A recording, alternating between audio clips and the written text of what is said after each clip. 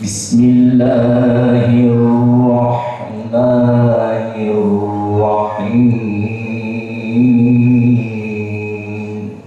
وَلَمَّا رَأَى الْمُؤْمِنُونَ الْأَحْزَابَ قَالُوا هَذَا مَا وَعَدَنَا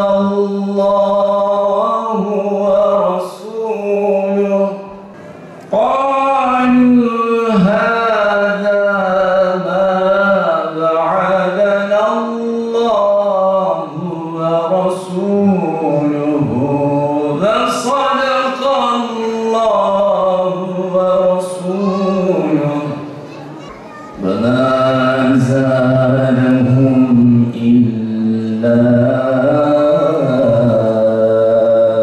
إِيمَانًا وَتَسْلِيمًا. صدق الله العظيم. الفاتحة.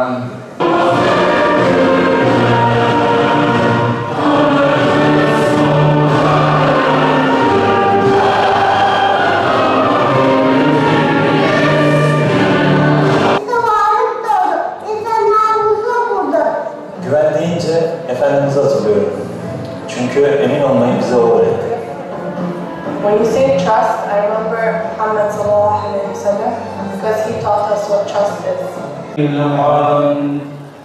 Allahümme salli ala seyyidina Muhammedin. Gel şefaat eyle kemter kuluna.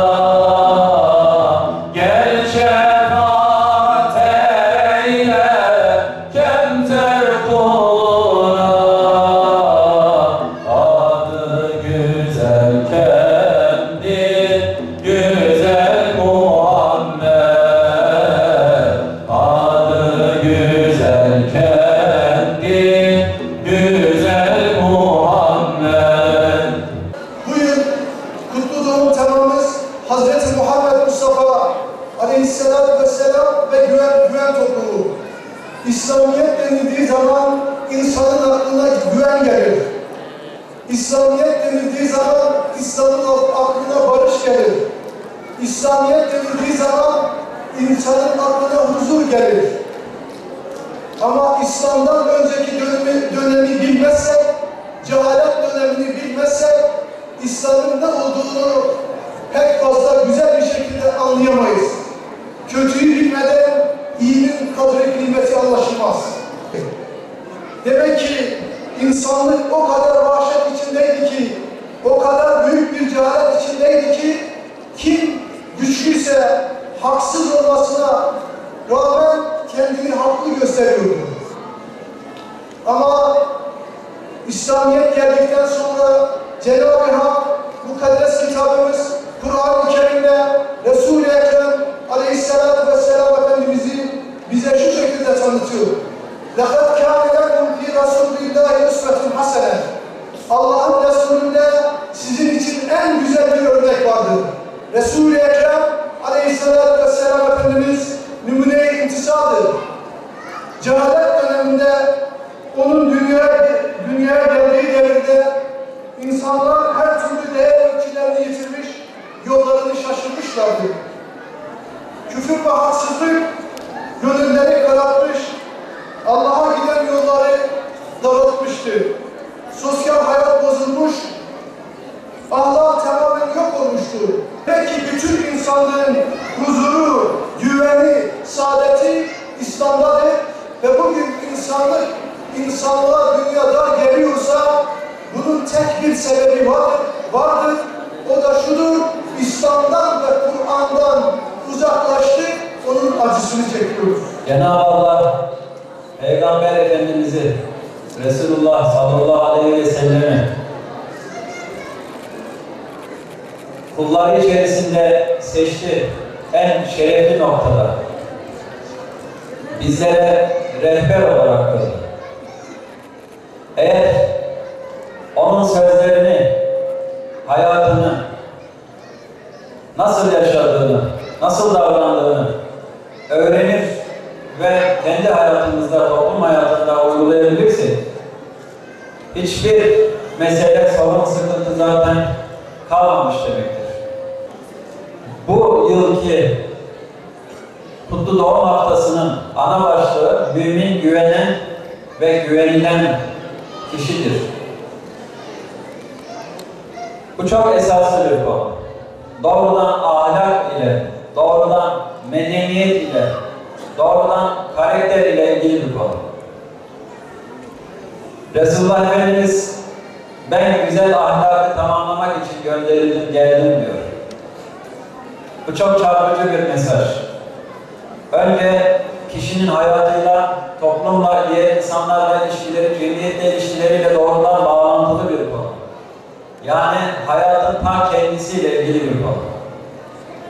Burada ahlak, az önce söyledim, doğrudan medeniyetle, insan, toplum karakteriyle çok alakalı bir konu. Dil aslında bence doğrudan medeniyet demek. Burada mümin güvenen ve güvenilenendir. Başlığına bakarsak bir kendimizi sorgulamamız gerekiyor. Biz gerçekten güvenilen insanlar mıyız? İslam toplumu olarak. Bir kesim, bir kişi, bir kişiler olabilir. Ne bileyim, yolda giderken bir petrol istasyonuna gidip benzin alacağımız zaman aklımızda kaçak mıdır, su kalmış mıdır, sıkıntı var mıdır, endişemiz var mı? Bir işi bir müteahhite verdiğimiz zaman bunu düzgün yapıyor mu? Betondan, demirden, malzemeden çalıyor mu, endişemiz var mı? Evet, var. Ama buradan şunu söyleyebiliyoruz. Aslında hiç medeni olmayan ve bu asrımızda Müslümanlara karşı çok zalim olan Batı dünyası, gelişmiş ülkelere baktığımız zaman desek ki hangisi işini daha güvenli yapıyor? Vallahi aklımıza onlar geliyor. O zaman kendimizi sorgulamamız gerekiyor. Böyle Allah'ın emirleri, Resulullah Efendimiz'in hayatıyla övünmek, evet, ümmet olarak hakkımız. Ama onunla övünüp, onun kaymağını yiyip, onun dediğini yapmamak bir güvensizliktir. Bir tek onunla bitmiyor. İlim tahsil etmek kadın erkek Müslümana farzdır diyor Cenab-ı Allah. Dünyada en cahil toplumlar Müslümanlar. Başka örnekleri de var. Temizlik imandandır diyoruz. İslam toplumları temizliğe daha az dikkat eden toplumlar haline geldi. Çarşı, pazar, ev, avlu, okul, bahçe. Bir sıkıntı var değerli arkadaşlar. Burada kendimize çekidüzen vermemiz gerekiyor. Peygamber Efendimiz, dedim ya, Allah'ın seçtiği bir kuldur.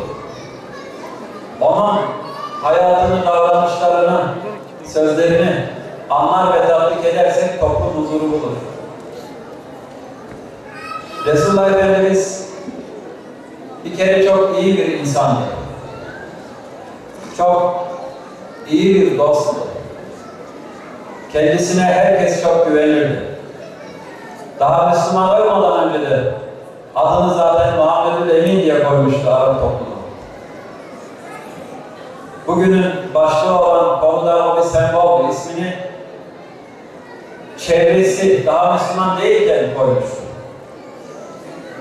O emaneti sağlam tutar, korurdu. Emanete hıyanet etmezdi.